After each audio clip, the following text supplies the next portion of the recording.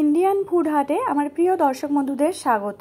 আমি আজকে বানাবো আমাদের গ্রামের দোকানের ফেমাস ডিমের চপের রেসিপি। চপটি খেতে এতটাই ভালো হয় যে সকলে ওই দোকানে যায় শুধুমাত্র এই ডিমের চপ খাওয়ার জন্য। আমিও সেই দোকানের কাকুর কাছ থেকে শিখেই এই ডিমের চপের রেসিপিটি আপনাদের সাথে শেয়ার করছি। চপটিতে একটি স্পেশাল মশলা ব্যবহার করা হয়। তার জন্য একটি প্যানে নিয়ে নিচ্ছি শুকনো লঙ্কা 2টো, এলাচ 2টো, দারুচিনি একটা ছোট টুকরো, গোটা ধনে 1/2 চা চামচ, গোটা জিরে 1/2 চা চামচ, পানমৌরি 1/3 চা চামচ। মশলাটিকে লো আঁচে ভেজে নিতে হবে। ততক্ষণ ভাজতে হবে যতক্ষণ না এর গায়ের কালার চেঞ্জ হচ্ছে এবং এর থেকে সুন্দর সুগন্ধ বেরোচ্ছে। মশলাটি ভাজা হয়ে গেলে একে ঠান্ডা করে গুঁড়ো করে নেব। একটি মিক্সির মধ্যে মশলাটি নিয়ে গুঁড়ো করে নিয়েছি। 2টো মিডিয়াম সাইজের আলু সেদ্ধ করে ম্যাশ করে নেব। আপনাদের কাছে এই পটেটো ম্যাশার না থাকলে গ্রেট করে নিতে পারেন অথবা আলুকে হাতে চটকে নিতে পারেন। আলু ভালোভাবে ম্যাশ করে নিয়েছি। এরপর ডিম সেদ্ধ করে নেব। এখানে 3টে ডিম সেদ্ধ করে মাঝে ছুরি দিয়ে কেটে নিচ্ছি।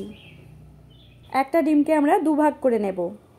তাড়াতাড়ি ডিম সেদ্ধ করতে কুকারে 3টে সিটি দিয়ে ডিম সেদ্ধ করে নিয়েছি। তারপর সম্পূর্ণ ভাব বেরিয়ে যাওয়ার পর ডিমকে ঠান্ডা করে ছাড়িয়ে নিয়েছি।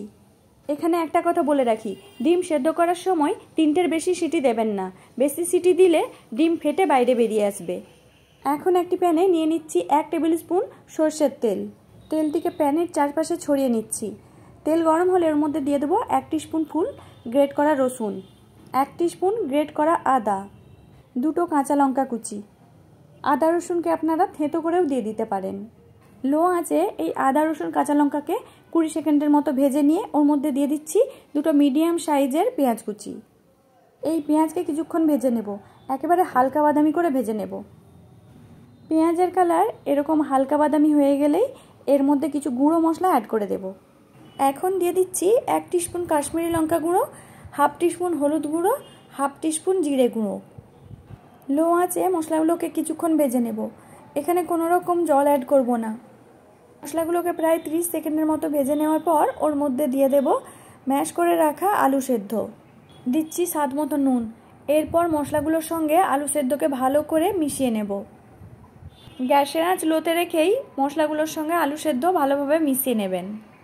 মশলাগুলো আলুর সাথে ভালোভাবে মিশিয়ে নেওয়ার পর ওর মধ্যে দিয়ে দেব সেই ভেজে রাখা স্পেশাল মশলা গুঁড়ো, আর দিয়ে দেব ধনেপাতা কুচি। এগুলোকে আলুর সাথে ভালোভাবে মিশিয়ে নেব। মেশানো হয়ে গেলে গ্যাসের ফ্লেম অফ করে দেব। আলুর পুর অলমোস্ট রেডি। এখন গ্যাসের ফ্লেম অফ করে একে ঠান্ডা হতে দিতে হবে। আর এই সময় আমরা চপের ব্যাটার তৈরি করে নেব। তার জন্য একটি বোলের মধ্যে নিয়ে নিচ্ছি 1 কাপ বেসন, 1/2 টিস্পুন লঙ্কা গুঁড়ো, 1/2 টিস্পুন হলুদ গুঁড়ো, স্বাদ মতো নুন, 1/4 টিস্পুন খাবার সোডা। এই সমস্ত শুকনো উপকরণগুলোকে প্রথমে আমরা মিশিয়ে নিচ্ছি। এরপর এর মধ্যে অল্প অল্প জল দিয়ে ঘন ব্যাটার তৈরি করে নেব। একসঙ্গে জল দিতে যাবেন না, তাহলে ব্যাটার পাতলা হয়ে যেতে পারে। ব্যাটারটির কনসিস্টেন্সি একেবারে ঠিক হওয়া দরকার, যাতে ডিমের চপের বাইরে ব্যাটারটি লেগে থাকে।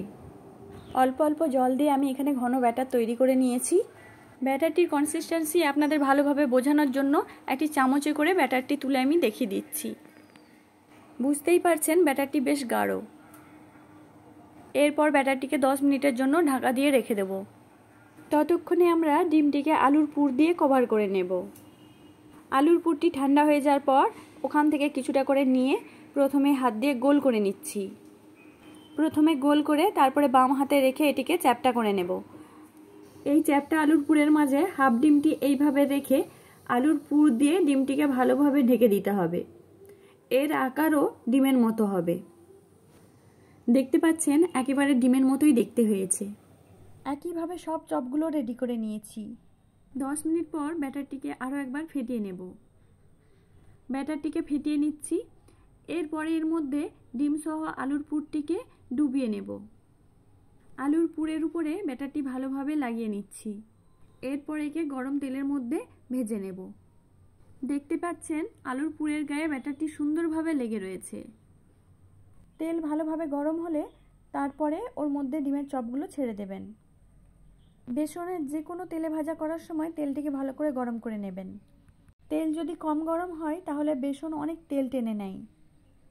মিডিয়াম আঁচে চপগুলোকে ভেজে নিচ্ছি। চপগুলোর দুপাশ বাদামি করে ভেজে তুলে নেব। চপের কালার বাদামি হয়ে গেছে, এখন এগুলোকে তেল থেকে তুলে নিচ্ছি। দেখতেই পাচ্ছেন চপটি কত সুন্দর হয়েছে। এই চপের বাইরের দিকটি খুবই মুচমুচে হয় এবং খেতে খুবই সুস্বাদু হয়। এই ডিমের চপের সঙ্গে দেওয়া হয় শসা, গাজর, পেঁয়াজ কুচি এবং কাসুন্দি। চপটি আপনারাও বাড়িতে ট্রাই করে দেখুন এবং কেমন হয়েছে তা কমেন্ট করে আমাকে জানাবেন। রেসিপিটি ভালো লাগলে লাইক দিয়ে আমার এই চ্যানেলটিকে সাপোর্ট করবেন, যাতে আমি আরও নিত্য নতুন ভিডিও নিয়ে আপনাদের কাছে উপস্থিত হতে পারি। সকলে ভালো থাকবেন ও সুস্থ থাকবেন।